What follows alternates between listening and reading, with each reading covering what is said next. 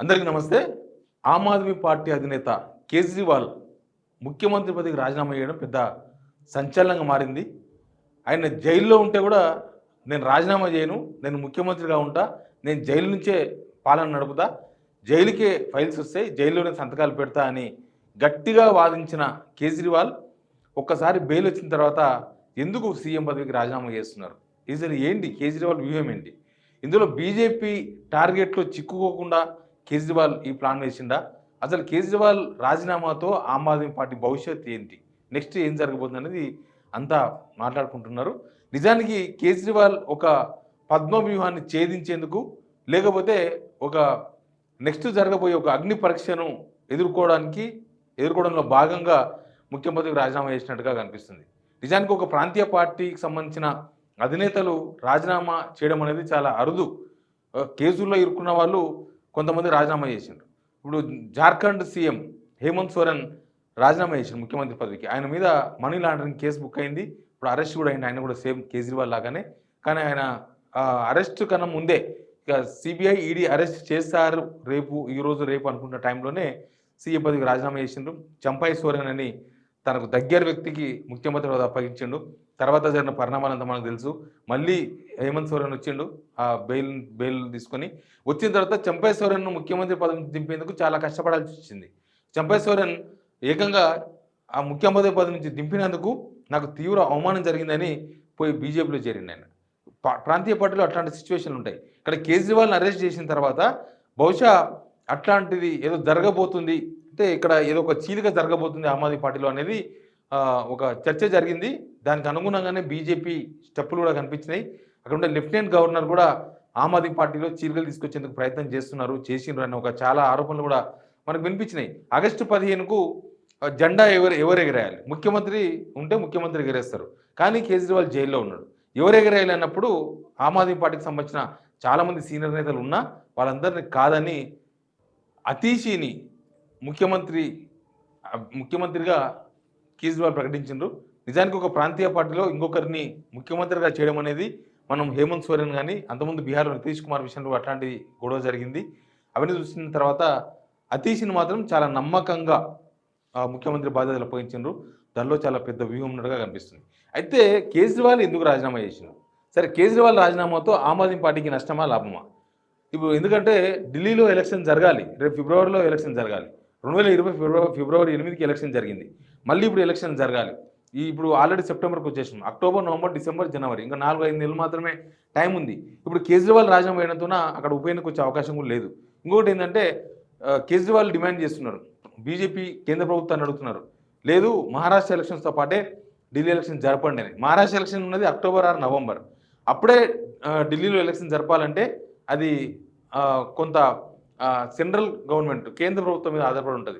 కానీ కేంద్ర ప్రభుత్వానికి తర్వాత కేజ్రీవాల్కి మధ్య నడుస్తున్న ఈ గొడవలు ఇప్పుడు కొత్తగా కాదు, చాలా రోజుల నుంచి జరుగుతున్నాయి. కాబట్టి ఆయన గొడవల మధ్య కేజ్రీవాల్ డిమాండ్ చేసినట్టుగా అక్టోబర్లోనో నవంబర్లోనో ఎలక్షన్ జరిగే అవకాశం లేదు. ఒకవేళ ఢిల్లీ ప్రభుత్వాన్ని కనుక డిజాల్వ్ చేస్తే ముందస్తు ఎలక్షన్ జరిగే అవకాశం ఉంది. ఆ ఎలక్షన్ ఖచ్చితంగా మహారాష్ట్రతో పాటే జరిగే అవకాశం ఉంది. కానీ ఇప్పుడున్న సిచ్యువేషన్లో కేజ్రీవాల్ రాజీనామా చేసిన తర్వాత ఇప్పుడు మొత్తం ప్రభుత్వాన్ని కనుక డిజాల్వ్ చేసిపోతే ఇప్పుడు కేజ్రీవాల్ మీద ఒక మచ్చబడ్డది. ఈ ఢిల్లీ లిక్కర్ స్కామ్కి సంబంధించిన కేసులో కేజ్రీవాల్ అరెస్ట్ అయ్యారు. అయితే యాక్చువల్గా కేజ్రీవాల్ పార్టీ స్థాపించిందే అవినీతి రహిత చేస్తాం, దేశాన్ని అవినీతిని పారదోలుతాం, అదే యాంటీ కరప్షన్ కావాలనే ఒక పునాదుల మీద ఆమ్ ఆద్మీ పార్టీ నిలబడ్డది. ఇప్పుడు ఢిల్లీ లిక్కర్ స్కామ్లో సిసోడియా కావచ్చు, అంతకుముందు డిప్యూటీ ముఖ్యమంత్రి ఉన్న అతను, తర్వాత ఏకంగా కేజ్రీవాల్ సీఎంగా ఉన్నప్పుడు అరెస్ట్ కావడం అనేది ఆ పార్టీకి ఒక పెద్ద క్వశ్చన్ మార్క్ అయిపోయింది. నిజంగా పునాదులు కదిలించే ఒక విషయం. సరే, ఆ స్కామ్ జరిగిందా లేదా, ఆ స్కామ్లో కేజ్రీవాల్ పాత్ర ఉందా లేదా అనేది తర్వాత విషయం.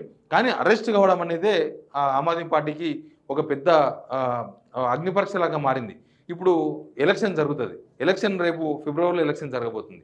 ఒకవేళ కేజ్రీవాల్ కనుక ఆయన పదవికి రాజీనామా చేయకపోతే అట్లే ముఖ్యమంత్రిగా ఉంటే అది జనాలలో యాంటీ ఇంకంబెన్సీని పెంపొందించే అంశంగా ఖచ్చితంగా కనిపిస్తుంది. ఎందుకంటే ఆయన 2013లో ముఖ్యమంత్రి అయినరు, తర్వాత 2020లో రెండోసారి ముఖ్యమంత్రి అయినరు, ప్లస్ మళ్ళీ మధ్యలో 2015లో ముఖ్యమంత్రి అయినారు. 2013లో ముఖ్యమంత్రి అయినప్పుడు జస్ట్ 2 నెలలు కూడా ముఖ్యమంత్రిగా లేడు ఆయన. ఎందుకంటే అప్పుడు ఏసీబీకి సంబంధించిన ఒక ఫైల్ అసెంబ్లీలో మూవ్మెంట్ చేయలేకపోయినామని ఆయన అప్పుడు తక్కువ మంది సభ్యులతో ప్రభుత్వం ఎప్పుడు కూలిపోతుందో అన్న ఒక టెన్షన్ ఉండేది. ప్రభుత్వానికి ఫుల్ మెజారిటీ లేదు అప్పుడు. కాబట్టి 49 రోజులు మాత్రమే ఆయన ముఖ్యమంత్రిగా ఉండగలిగినారు. తర్వాత 2015 ఎలక్షన్ జరిగింది. 2015 ఎలక్షన్ జరిగిన తర్వాత కేజ్రీవాల్ ఒక సామాన్యుడి పార్టీ అనే ఉద్దేశంతో మళ్ళీ ఢిల్లీ ప్రజలు బీజేపీని కాదని, సెంట్రల్ గవర్నమెంట్ ఉన్న బీజేపీని పక్కన పెట్టి మళ్ళీ ఆమ్ ఆద్మీ పార్టీకి అవకాశం ఇచ్చిండ్రు. 2020కి వచ్చేసరికి కేజ్రీవాల్ ఒక పిలిపించారు.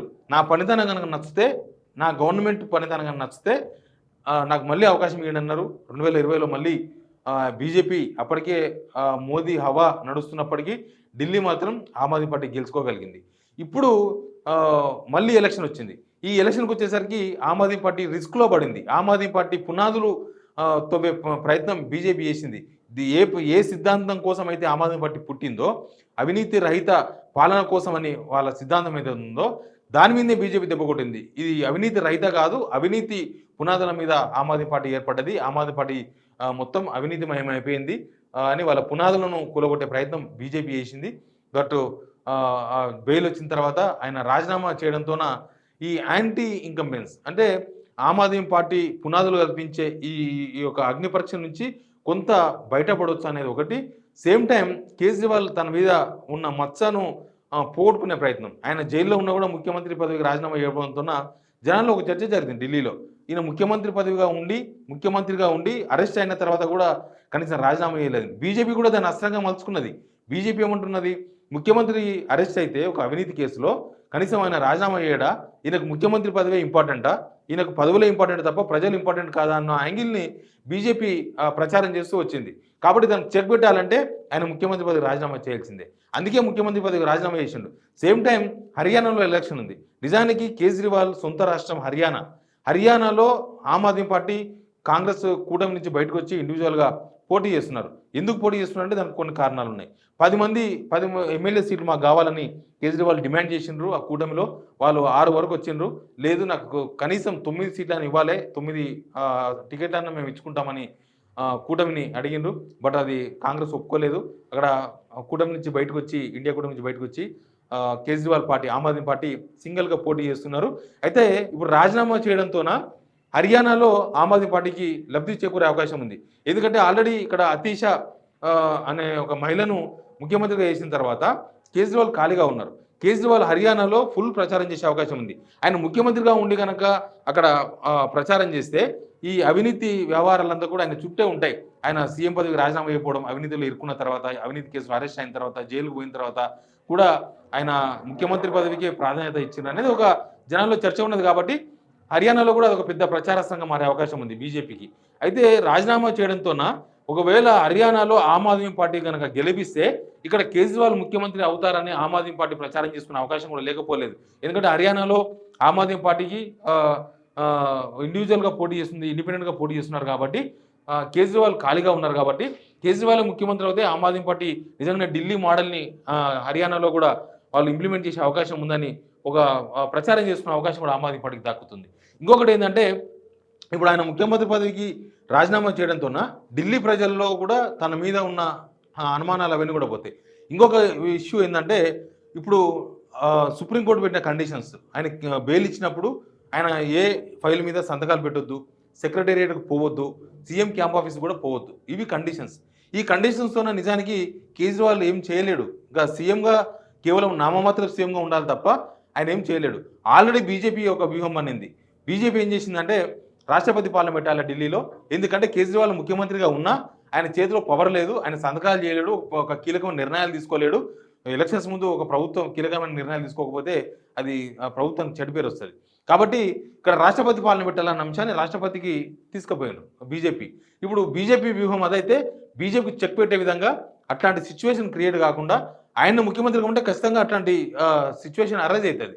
కాబట్టి ఆ పరిస్థితులు కనబడకుండా అతీషిని ముఖ్యమంత్రిగా చేయడం వల్ల అట్లాంటి ప్రాబ్లమ్స్ లేకుండా బీజేపీ వాళ్ళు ఏదైతే రాష్ట్రపతి పాలన డిమాండ్ చేస్తున్నారో అది దానికి స్కోప్ లేకుండా ఒక నెరేటివ్ బిల్డ్ చేసుకునే ప్రయత్నంలో భాగంగా అతీషిని ముఖ్యమంత్రిగా ప్రకటించేసిండ్రు. ఇప్పుడు నెక్స్ట్ జరగబోయేది ఏంటంటే, తన మీద ఏదైతే అవినీతి ఆరోపణలు చేసిండ్రో ఆయన ఒక ప్రకటన చేసిండ్రు రాజీనామా చేస్తూ కేజ్రీవాల్. నా మీద నేను యాక్చువల్గా మనీ సూసైడ్ ఎంతకన్నా ముందే చేసినారు. నేను మళ్ళీ ఎలక్షన్స్లో పోటీ చేయను, నేను ఈ కేసు నుంచి బయటపడేవారు, నేను మళ్ళీ ప్రత్యక్ష ఎలక్షన్స్లో పోటీ చేయను అని చెప్పి ఆయన పక్కకు తప్పుకున్నారు. నెక్స్ట్ కేజ్రీవాల్ ఏమంటున్నారు? కేజ్రీవాల్ రివర్స్ ప్లాన్ చేసిండ్రు. నేను జనాలతో మళ్ళీ గెలిచి వచ్చే వరకు నేను ముఖ్యమంత్రి పదవి బాధ్యత స్వీకరించాను. అంటే నెక్స్ట్ ఎలక్షన్స్లో నన్ను జనం గెలిపిస్తే నేను మళ్ళీ ముఖ్యమంత్రి అవుతా అన్న విషయాన్ని జనానికి చెప్పగలిగినారు. దీంతో ఏంటంటే ఇదంతా ఒక ఈ స్కామ్, ఢిల్లీ లిక్కర్ స్కామ్ అనేది కేవలం పొలిటికల్ కేసు అని ఫస్ట్ నుంచి కూడా ప్రచారం చేసుకుంటూ వస్తున్నారు. కాబట్టి నేను పదవికి రాజీనామా చేసింది కూడా జనాల కోసమే, నాకు సీఎం పదవి ఇంపార్టెంట్ కాదు, జనమిస్తేనే నా ముఖ్యమంత్రి పదవి అనే విషయాన్ని జనాలకు చెప్పగలిగింది కేజ్రీవాల్. ఎనీవే కేజ్రీవాల్ వ్యూహం మాత్రం నిజానికి ఇది ఒక అపర చాణక్యుని వ్యూహంలాగా కనిపిస్తుంది. ఎలక్షన్స్ ముందు బీజేపీ చేసిన స్కెచ్కు రిటర్న్ స్కెచ్ వేసినట్టుగా కనిపిస్తుంది.